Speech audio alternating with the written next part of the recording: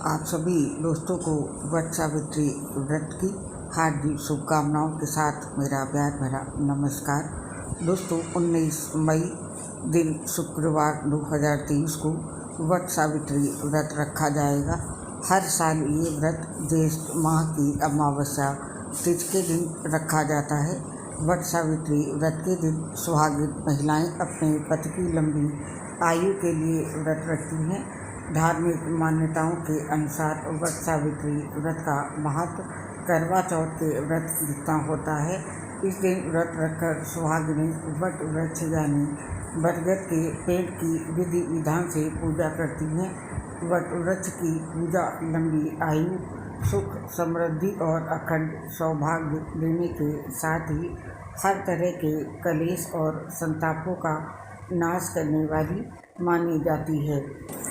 मान्यता है कि इसी दिन सावित्री अपने पति सत्यवान के प्राण यमराज से वापस ले आई थी।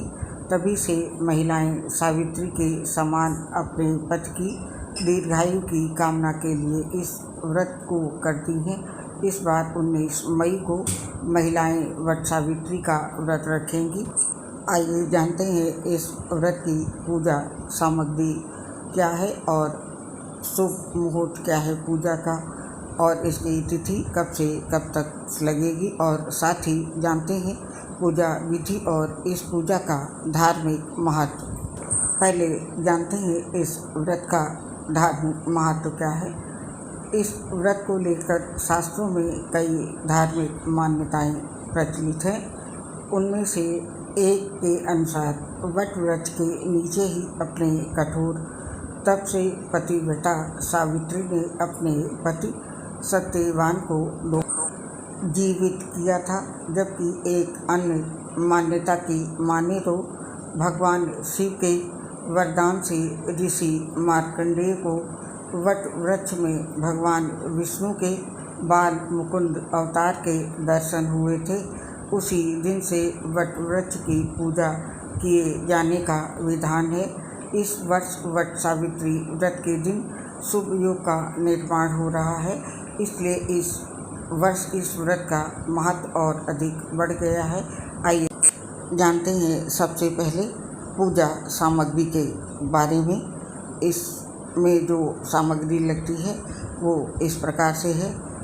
सावित्री और सत्यवान की मूर्तियाँ, कच्चा सूत, बांस का एक पंखा, लाल कलावा, बरगद का फल जो कि महिलाएं कच्चे चने के साथ में उसको निगल के अपना व्रत खोलती हैं। उसको कुछ जगह पर भिठुआ भी कहा जाता है। धूप चाहिए होगी, एक मिट्टी का दीपक, देसी घी चाहिए होगा और उसके साथ बाती भी चाहिए होगी रुई की आरती के लिए, और फल चाहिए होंगे जो भी मौसम के फल हों, आम, लीची या अन्य फल, और फूल, बतासे, रोली, एक 1.25 मीटर कपड़ा, इत्र। उत्तर प्रदेश में जो सामग्री यूज होती है उसमें कच्चा आम चढ़ाया जाता है पूजा में, खरबूजा चढ़ाया जाता है और इसके साथ बैंगन का भी प्रसाद चढ़ाया जाता है। इसके साथ चाहिए होगा सिंदूर, चावल का पीठा जो कि बरगद के पेड़ पर लगाया जाता है या कुछ जगह उसे छिड़का जाता है, और अक्षत यानी कि साबुत चावल झुले हुए, कच्चा सूत से बना हुआ माला, जनेऊ, ये एक खुद पहना जाता है और एक जनेऊ का इसमें दान किया जाता है। सुपारी, पान, नारियल, लाल कपड़ा, दूर्वा घास, चावल, सुहाग का सामान, नकद रुपए, पूड़ी, पुआ, भिगोए हुए चने, स्टील या कांसे की एक थाली, मिठाई, घर में बना हुआ पकवान, जल से भरा एक कलश आदि। और जो लोग पहली बार वट सावित्री व्रत कर रहे हैं उनके लिए कपड़े का बना वर वधू का जोड़ा यानी कि गुड्डा, ये हो गई आपकी पूजा सामग्री। और आप जानते हैं वट सावित्री व्रत की तिथि की शुरुआत कब हो रही है और कब इसका समापन होगा। हिंदू पंचांग के अनुसार वट सावित्री व्रत ज्येष्ठ माह के कृष्ण पक्ष की अमावस्या तिथि को मनाई जाती है। इस बार अमावस्या तिथि की शुरुआत 18 मई को रात में 9:42 पर होगी और इसका समापन 19 मई को रात में 9:22 पर होगा। उदया तिथि के अनुसार वट सावित्री व्रत इस बार 19 मई को ही रखा जाएगा। और अब जानते हैं इस दिन लगने वाले शुभ योग के बारे में। वट सावित्री व्रत के दिन शोभन योग का निर्माण होने जा रहा है। ये शोभन योग 18 मई को शाम को 7:37 से लेकर के 19 मई की शाम 6:17 तक रहेगा। वहीं वट सावित्री अमावस्या के दिन चंद्रमा गुरु के साथ मेष राशि में विराजमान होंगे। इससे गजकेसरी योग का निर्माण होगा। साथ ही इसी दिन शनि जयंती है और शनि अपनी कुंभ राशि में विराजमान होकर शश योग का निर्माण करेंगे। और आप जान लीजिए वट सावित्री पूजा का शुभ मुहूर्त क्या है। इस दिन पूजा के लिए शुभ मुहूर्त की शुरुआत होगी सुबह के 7:19 से और ये रहेगा सुबह के 10:42 तक। आइए अब जानते हैं वट सावित्री की पूजा किस प्रकार से करनी चाहिए। व्रत वाले दिन व्रती महिलाएं प्रातः काल उठकर घर की अच्छी तरह सफाई करें। इसके बाद स्वयं नित्य कर्म से निवृत्त होकर स्नान करें और सुहागन के वस्त्र धारण करें और इसके बाद घर में गंगा जल का छिड़काव करके घर को पवित्र करें। अब बांस की एक टोकरी में 7 प्रकार के अनाजों को भरकर उसमें ब्रह्मा जी की मूर्ति या प्रतिमा की स्थापना करें। अब ब्रह्मा जी के वाम पास में देवी सावित्री को स्थापित करें, उनकी प्रतिमा या चित्र को। अब ठीक इसी प्रकार एक दूसरी टोकरी में सत्यवान तथा सावित्री की एक साथ मूर्तियां या चित्रों की स्थापना करें। अब इन दोनों टोकरियों को अपने साथ किसी वट वृक्ष के नीचे ले जाकर पूजन के लिए रख दें। अब वट वृक्ष का पूजन करते हुए सबसे पहले ब्रह्मा जी और फिर सावित्री का विधि विधान से पूजन करें। इसके बाद सावित्री और सत्यवान की पूजा आराधना करते हुए वट वृक्ष की जड़ में कलश से पानी अर्पित करें। अब एक थाल में लाया गया पूजा के लिए जल, मौली, रोली, कच्चा सूत, भिगोया हुआ काला चना, फूल तथा धूप का भी इस्तेमाल करें और वट वृक्ष का पूजन करें। पूजन में सबसे पहले जल अर्पित करें। उसके पश्चात वट वृक्ष को पीठा, अगर आप लाए हो तो पीठा का छिड़काव करना चाहिए। उसके पश्चात रोली या सिंदूर लगाएं। सिंदूर लगाने के बाद अक्षत चढ़ाएं और अक्षत चढ़ाने के पश्चात फूल हैं उनको अर्पित करें। इसके बाद धूप और दीप जला करके वहाँ पर रखें और पेड़ की जड़ में जल अर्पित करें। जल अर्पित करने के पश्चात हाथों में 12 चने लें और चना लेकर के वट वृक्ष के तने में कच्चा सूत लपेटते हुए 12 बार परिक्रमा करें और हर परिक्रमा पूरी होने पर एक एक चना करके पेड़ के पास अर्पित करते जाएं। परिक्रमा पूरी होने के पश्चात जो भी प्रसाद आप लाए हैं उसका भोग लगाएं, यानी कि प्रसाद को पेड़ को अर्पित करें। प्रसाद अर्पित करने के पश्चात पुनः एक बार जल अर्पित करें। इस सबके पश्चात आप वृक्ष की छाया में ही बैठकर हाथों में अक्षत और पुष्प लेके वट सावित्री व्रत की कथा का श्रवण करें, सुने और सुनाएं। कथा समाप्त होने के पश्चात हाथों में लिए हुए अक्षत और पुष्प को वट वृक्ष की जड़ के पास रख करके हाथ जोड़ के प्रणाम करें। इसके पश्चात आरती करनी है। आरती करने के बाद अंत में अपनी भूल चूक के लिए क्षमा अवश्य मांगी।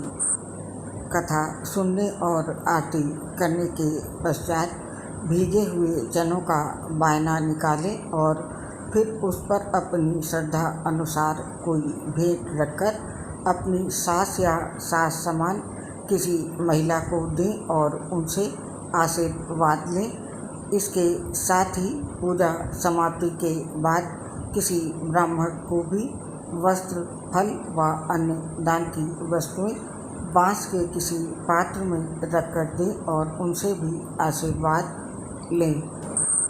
इस व्रत के पारण के लिए आपको 11 भीगे हुए चने लेने हैं और एक बरगद का फल, वो बरगद की डंडी में लगा होता है, छोटा सा होता है, उसके साथ में पानी के साथ इनको खाना है। इस प्रकार से आप अपने व्रत का पारण करेंगे। दोस्तों, आप जानते हैं ये व्रत किस तरीके से होता है। वट सावित्री व्रत तीज और करवा चौथ के व्रत की ही तरह होता है। माना जाता है कि इसे आप 2 तरीक़ों से उठा सकती हैं, यानी कि कर सकती हैं। इसका पहला तरीका ये है कि आप इसे फल लेकर भी उठा सकती हैं। मतलब ये कि आप पूजा के बाद फल का सेवन कर सकती हैं। और जबकि दूसरा तरीका ये है कि आप वट वृक्ष पर चढ़ाई जाने वाली सभी चीज़ों का सेवन पूजा के बाद कर सकते हैं, यानी कि आप अन्न खा सकती हैं। लेकिन इसमें एक बात का ध्यान रखें, अगर आप पूजा के बाद अन्न का सेवन करती हैं तो वो सात्विक होना चाहिए। मतलब कि लहसुन, प्याज जैसी तामसी चीज़ें भोजन में नहीं होनी चाहिए। और अगर आप पहली बार व्रत कर रही हैं तो इन चीज़ों का भी ध्यान रखें। माना जाता है कि जो महिला पहली बार ये व्रत रख रही हो उसे इस व्रत की शुरुआत अपने मायके से करनी चाहिए। और कहा जाता है कि जो महिलाएं ये व्रत पहली बार कर रही हैं उन्हें सुहाग की सामग्री मायके की ही इस्तेमाल करनी चाहिए। और आप पहली बार व्रत कर रही हैं और आपकी नई शादी हुई है तो जिनकी भी नई शादी हुई है उन्हें सुबह जल्दी उठकर स्नान ध्यान करना चाहिए और लाल रंग की साड़ी पहननी चाहिए। इसके साथ ही उन्हें दुल्हन की तरह 16 श्रृंगार भी करना चाहिए। दोस्तों, वट सावित्री व्रत सुहाग से जुड़ा हुआ सुहागिन स्त्रियों का खास पर्व है। इस दौरान किसी भी सुहागिन स्त्री को भूलकर भी कुछ कामों को नहीं करना चाहिए, या कहें कि कुछ गलतियां बिल्कुल भी नहीं करनी चाहिए। तो आइए जानते हैं इस बारे में। इस दिन बरगद की टहनी ना तोड़ें। यदि आप वट सावित्री के दिन बरगद के वृक्ष को नुकसान पहुंचाती हैं तो आपके लिए शुभ नहीं माना जाता है। यदि आप इस दिन इसकी टहनी तोड़ती हैं तो आपके जीवन में समस्याएं आ सकती हैं। इस दिन बरगद के वृक्ष की पूजा करना हर एक सुहागिन महिला के लिए शुभ माना जाता है। इस दिन आपको इस पवित्र व्रत को किसी भी तरह नुकसान नहीं पहुंचाना चाहिए। अगर आप इसकी टहनी घर लाकर वट सावित्री की पूजा करती हैं तो आपको एक दिन पहले ही इसे तोड़ लेना चाहिए। परिक्रमा करते समय भी ध्यान रखें, यदि आप कई महिलाओं के साथ वट सावित्री की पूजा करती हैं तो आपको ये ध्यान रखना होगा कि इस तरह से परिक्रमा करें कि किसी का भी पैर परिक्रमा के समय किसी दूसरे को ना लगे। इससे परिक्रमा खंडित मानी जाती है। वट सावित्री व्रत में बरगद की पूजा के कुछ विशेष नियम बनाए गए हैं और उसमें से सबसे प्रमुख है बरगद की सही तरीके से परिक्रमा करना। यदि आप बरगद के वृक्ष की परिक्रमा करती हैं, उसमें कच्चा धागा बांधती हैं, तो ध्यान रखें कि आपको भूलकर भी इसकी उल्टी परिक्रमा नहीं करनी चाहिए। और इसके साथ इसकी व्रत कथा को कभी भी अधूरा ना छोड़ें। यदि आप वट सावित्री व्रत करती हैं और इस दिन बरगद की पूजा करती हैं तो ध्यान रखें कि आपको भूलकर भी इसकी कथा बीच में नहीं छोड़नी चाहिए। वट सावित्री की कथा अधूरी छोड़ने से आपको इसका पूर्ण फल नहीं मिलता है और इससे भावी जीवन में समस्याएं आ सकती हैं। पूजा के दौरान काले नीले रंग के कपड़े ना पहने। किसी भी पूजा पाठ में काले या नीले रंग के कपड़े पहनने की मनाही होती है। ऐसा माना जाता है कि यदि आप इस रंग के कपड़ों में पूजा करती हैं तो आपको पूजा का पूर्ण फल नहीं मिलता है। वट सावित्री व्रत विशेष रूप से सुहागिन महिलाओं के लिए होता है, इसलिए इस दिन आपको सुहाग के रंगों के कपड़े पहनने की सलाह दी जाती है। ऐसा माना जाता है कि इस दिन आपको लाल या पीले रंग के वस्त्र पूजा के समय पहनने चाहिए। इससे आपके जीवन साथी के साथ रिश्ते मधुर रहते हैं और इसके साथ ही इस दिन काली, नीली और टूटी चूड़ियाँ ना पहने। इस दिन आपको काली चूड़ियाँ भी नहीं पहननी चाहिए और भूलकर भी ऐसी चूड़ियाँ ना पहने जो कहीं से भी टूटी हुई हों। इसके साथ ही आप इस दिन 16 श्रृंगार करके ही पूजा करें तो आपके लिए ज़्यादा शुभ होगा और पति को दीर्घायु का वरदान मिलेगा। इसके साथ इस बात का विशेष रूप से ध्यान रखें, यदि आप प्रेग्नेंट हैं तो आपको वट सावित्री के दिन पूजन करना चाहिए, लेकिन बरगद की परिक्रमा करने से बचें। दरअसल प्रेगनेंसी में कोई भी परिक्रमा करने की मनाही होती है। आप प्रेगनेंसी में भले ही व्रत उपवास क्यों ना कर रही हूँ, लेकिन परिक्रमा से ज़रूर बचें, यानी कि परिक्रमा ना करें। इन सभी बातों के साथ साथ आपको इस बात का भी विशेष रूप से ध्यान रखना है, वट सावित्री के दिन आपको भूलकर भी किसी बड़े का अपमान नहीं करना चाहिए। इस दिन आप जीवन साथी के साथ लड़ाई झगड़े से भी बचें और बड़ों का आशीर्वाद लें। इससे आपके जीवन में सदैव समृद्धि बनी रहेगी और मनोकामनाओं की पूर्ति होगी। दोस्तों, ये थी वट सावित्री 2023 से जुड़ी जानकारियाँ और अब आपसे इस पोस्ट से हम आज्ञा लेते हैं। आपसे अगली मुलाकात होगी नई पोस्ट के साथ। तब तक के लिए आप सभी को मेरा प्यार भरा नमस्कार।